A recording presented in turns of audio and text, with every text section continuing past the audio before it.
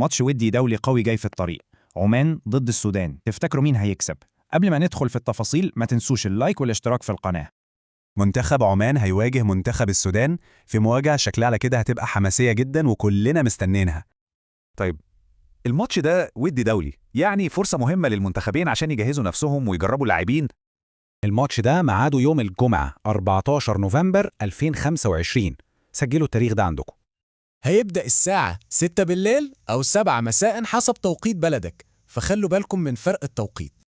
والماتش هيتلعب فين؟ على أرض عمان طبعا، في استاد مجمع السلطان قابوس الرياضي.